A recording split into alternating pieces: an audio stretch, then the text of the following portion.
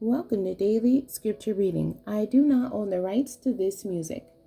2 Chronicles chapter 36, beginning at verse 1 and ending at verse 16. This is the English Standard Version. Judah's decline. The people of the land took Jehoahaz, the son of Josiah, and made him king in his father's place in Jerusalem. Jehoahaz was 23 years old when he began to reign, and he reigned 3 months in Jerusalem. Then the king of Egypt deposed him in Jerusalem and laid on the land a tribute of 100 talents of silver and a talent of gold. And the king of Egypt made Eliakim his brother king over Judah and Jerusalem, and changed his name to Jehoiakim. But Necho took Jehoahaz his brother and carried him to Egypt.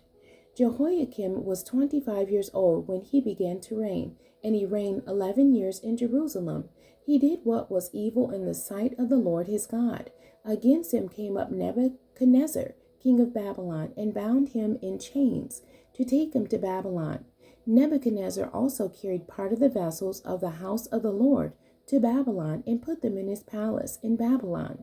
Now the rest of the acts of Jehoiakim and the abominations that he did, and what was found against him, behold, they are written in the book of the kings of Israel and Judah.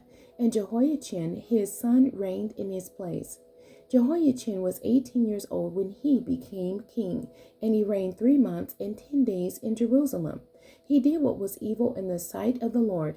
In the spring of the year of King Nebuchadnezzar, sent and brought him to Babylon with the precious vessels of the house of the Lord, and made his brother Zedekiah king over Judah and Jerusalem.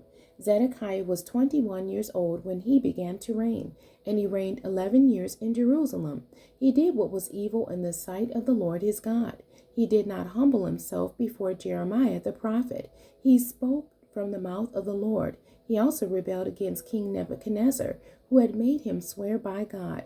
He stiffened his neck and hardened his heart against turning to the Lord, the God of Israel. All the officers of the priests and the people likewise were exceedingly unfaithful, following all the abominations of the nations, and they polluted the house of the Lord that he had made holy in Jerusalem. The Lord, the God of their fathers, sent persistently to them by his messengers, because he had compassion on his people and on his dwelling place. But they kept mocking the messengers of God, despising his words and scoffing at his prophets, until the wrath of the Lord rose against his people, until there was no remedy. The end. God bless you, and thank you for joining me today.